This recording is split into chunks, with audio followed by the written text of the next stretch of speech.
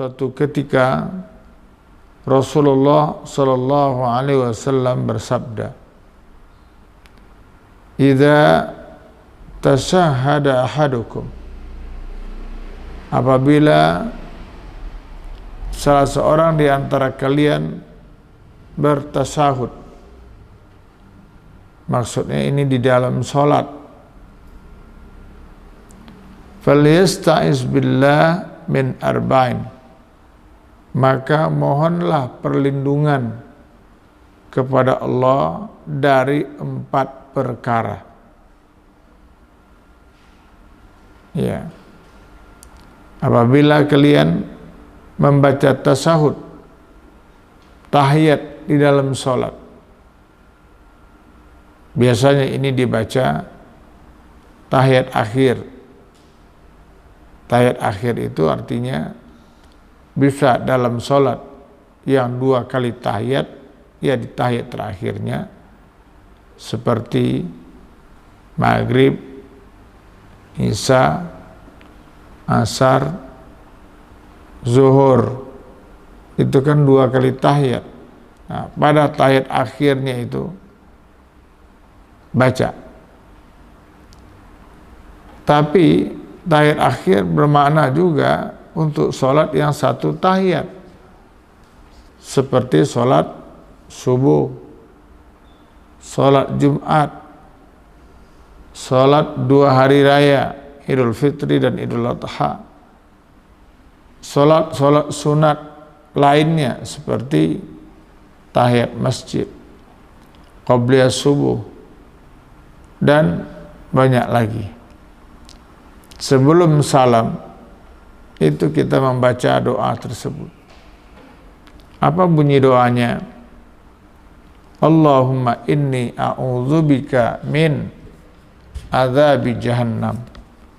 Wahai Allah, a'udzubika, aku berlindung kepadamu, min azabi jahannam, dari azab jahannam. Artinya kita beristiazah, memohon perlindungan kepada siapa? Kepada Allah. Dari apa? Min azabi jahannam, dari azab jahannam. Yang kedua, kita beristiazah, memohon perlindungan kepada Allah dari wa min azabil qabr, dari azab kubur.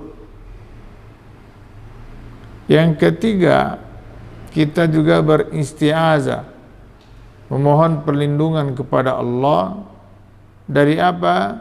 Wa min fitnatil mahya wal mamat, dari berbagai fitnah, berbagai cobaan, baik yang terjadi semasa kita hidup di dunia ini, maupun fitnah cobaan itu datangnya setelah kita mati.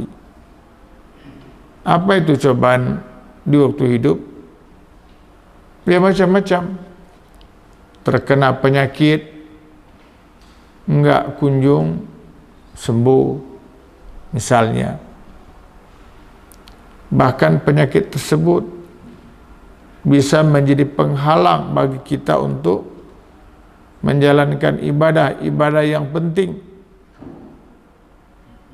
Nah, mohon kepada Allah agar kita terhindar dari ujian tersebut dan bersabar tentunya dengan ujian itu. Apalagi fitnah hidup, kesulitan ekonomi, kesulitan sandang, pangan, papan,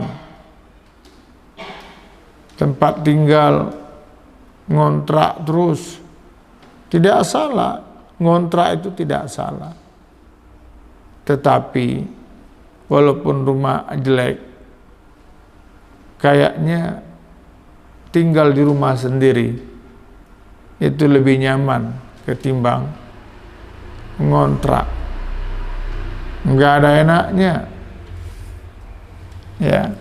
kita ngontrak 1 tahun misalnya, baru 9 bulan, masih ada 3 bulan lagi. Itu yang punya kontrakan sudah nanya, Pak, ini ngontraknya dilanjutkan enggak? Kalau enggak, sudah ada tuh yang nawar. Padahal kan masih lama. Ya intinya enggak enak lah. Berbeda dengan tinggal di rumah sendiri, walaupun mungkin kecil, juga tidak begitu bagus. Yang dipikirkan cuma bayar listrik. Ya. Nah itu contoh. Itu fitnah. Kesulitan, ya, pangan, ekonomi, duit, tidak terlepas dari lilitan hutang, ke sana berhutang, ke sini berhutang.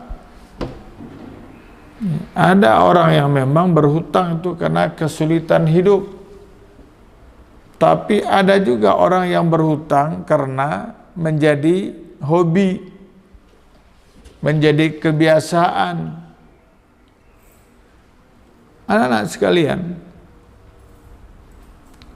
berhutang itu tidak terlarang dalam Islam.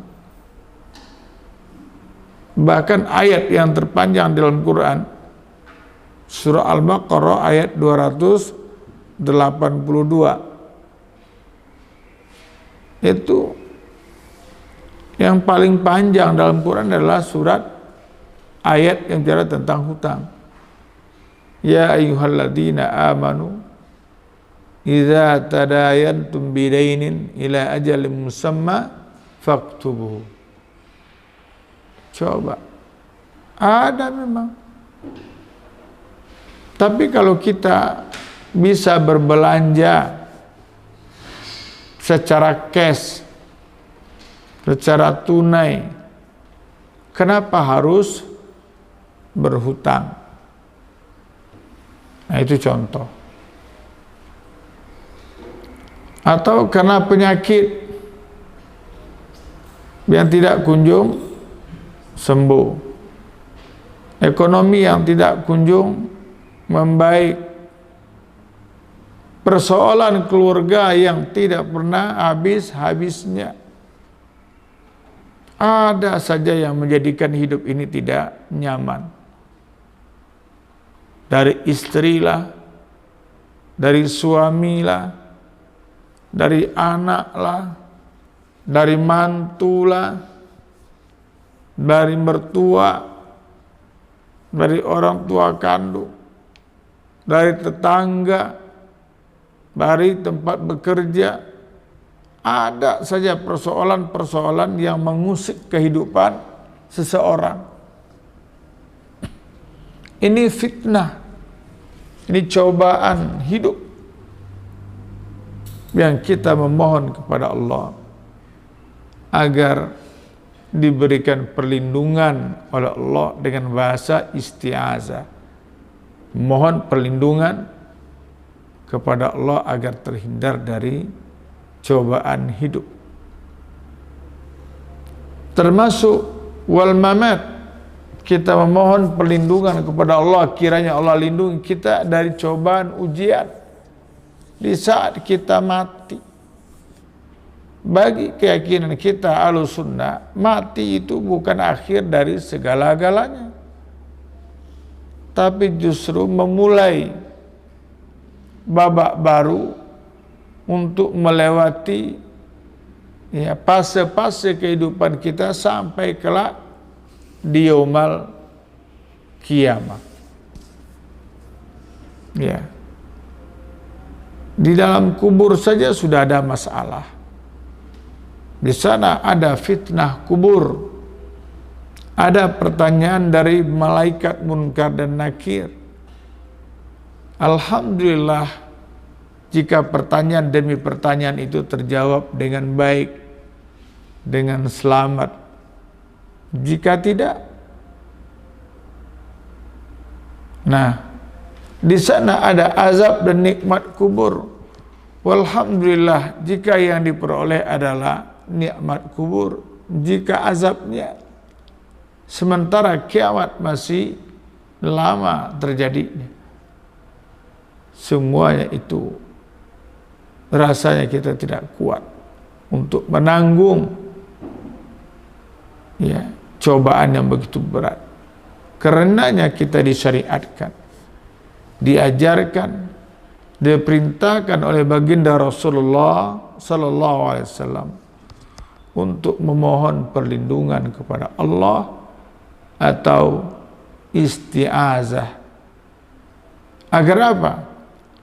Agar dilindungi, diselamatkan dari cobaan, baik cobaan yang datang kepada kita di saat kita hidup di dunia ini, maupun cobaan yang bisa jadi datangnya setelah kita mati. Dan yang keempat, kita diperintahkan oleh Rasul sallallahu alaihi wasallam agar diberikan perlindungan oleh Allah tabaraka taala min fitnatil masihid dajjal. Ada lagi min syarri fitnati masihid dajjal, dari keburukan, dari fitnah cobaan dajjal. Tentu saja permohonan pertama ini kita mohon kepada Allah, kita tidak bertemu dengan makhluk yang namanya dajjal itu. Semoga kita sudah wafat, semoga kita sudah mati sebelum masa kehadiran dajjal itu datang di akhir zaman.